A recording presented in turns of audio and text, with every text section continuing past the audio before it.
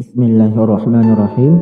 Pada kesempatan kali ini kita akan membahas tentang sejarah kitab Ta'limul Muta'allim, iaitu kitab yang wajib diajarkan di beberapa pondok pesantren, khususnya pondok pesantren yang ada di Indonesia, kerana kajian kitab Ta'limul Muta'allim ini mengajarkan tentang bimbingan bagi penuntut ilmu pengetahuan, termasuk pentingnya penghormatan terhadap guru dan ulama, sampai pada pentingnya niat dalam suatu proses belajar.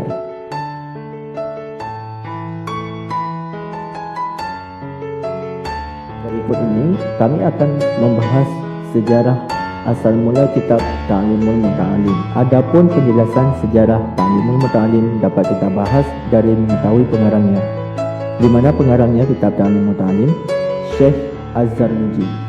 Nama yang ada dalam Az-Zarnuji sebenarnya berasal dari nama marga tempat beliau berada, iaitu kota Zaruj, yang pada saat itu termasuk di wilayah Iraq. Namun ada pula yang menyebutkan kota Zaruj saat ini masuk di bahagian Turkistan yang kini lebih dikenal dengan Afghanistan.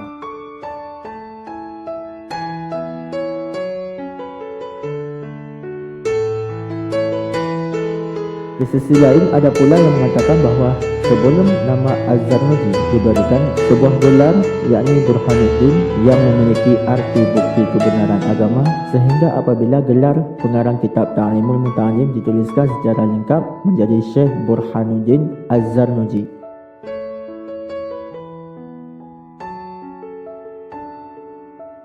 Syekh Burhanuddin Az-Zarnuji sendiri, di kalangan ulama belum ada kepastian mengenai tanggal kelahiran beliau.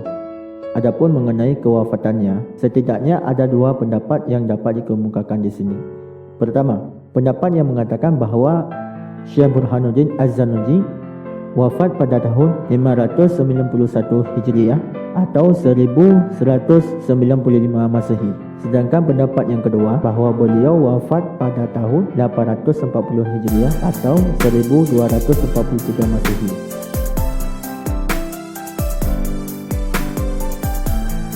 Sementara itu, ada pula pendapat yang mengatakan bahawa Syekh Burhanuddin hidup semasa dengan Hida ad-Din An-Naisaburi, yang hidup antara tahun 500 sampai dengan 600 Hijriah.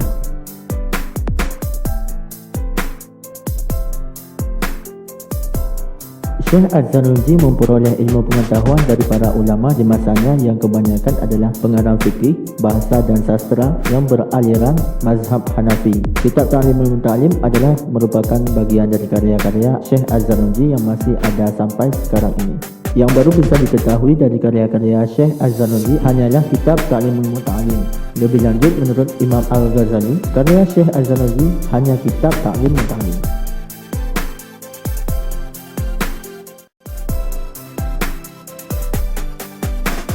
Kitab Ta'limul Muta'allim, nama lengkapnya adalah Ta'lim Al-Muta'allim, Tarikat At-Ta'allum. Kitab ini telah banyak diterjemahkan ke dalam bahasa Arab maupun bahasa Indonesia. Kitab tersebut dikaji dan dipelajari di setiap pendidikan Islam, terutama lembaga pendidikan klasik tradisional seperti pesantren dan lain-lain. Keistimewaan kitab Ta'limul Muta'allim adalah letak pada materi yang dikandungnya, sekalipun kecil dengan judul yang seakan-akan hanya membicarakan tentang metode belajar, namun sebenarnya membahas tentang tujuan belajar, prinsip belajar, strategi belajar dan lain-lain secara keseluruhan didasarkan pada moral religius.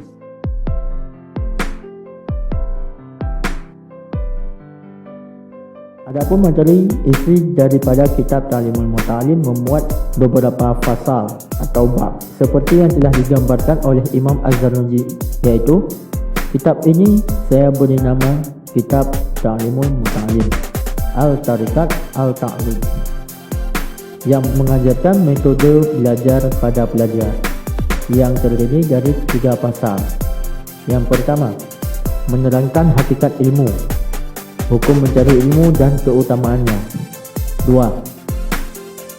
Niat dalam mencari ilmu. 3.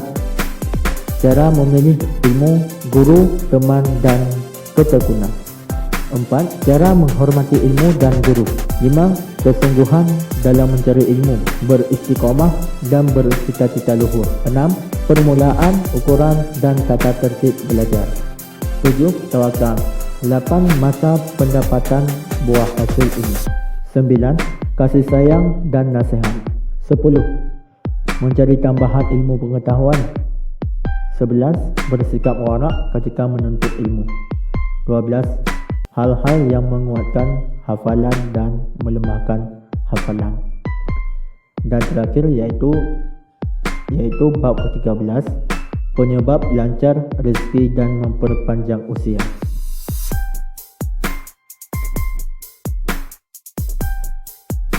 Okey, setelah kita mengetahui tentang sejarah kitab Ta'limul Muta'allim, artinya pengertian kitab Ta'limul Muta'allim secara umum, maka dapat kita simpulkan bahawa kitab Ta'limul Muta'allim merupakan kitab hasil dari karya Syekh Az-Zarnuji yang membahas tentang etika belajar yang mengedepankan akhlak demi tercapainya kemanfaatan ilmu, baik bermanfaat untuk dirinya maupun untuk orang lain.